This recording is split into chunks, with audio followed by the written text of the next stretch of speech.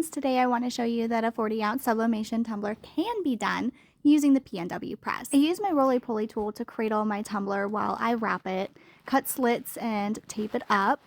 Do the same for the bottom. And my press is set to 358 resting, 360 printing with 30 seconds. One tip I want to share is to remove the 4 middle screws that hold your attachment so the metal prongs don't get in the way. Just like a 20-ounce tumbler, you're going to do 1 rotation facing you, 1 rotation facing away, tighten up your press, and do the bottom for 2 more rotations. Once that's done, grab your heat gun just to get that little stripe that basically doesn't fit in the press.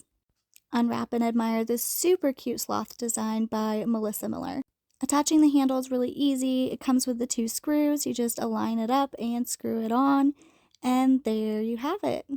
This was definitely a very quick tutorial, so if you have any questions, don't hesitate to reach out and ask. And you can grab all things 40s at pnwblanksanna.com. Happy pressing!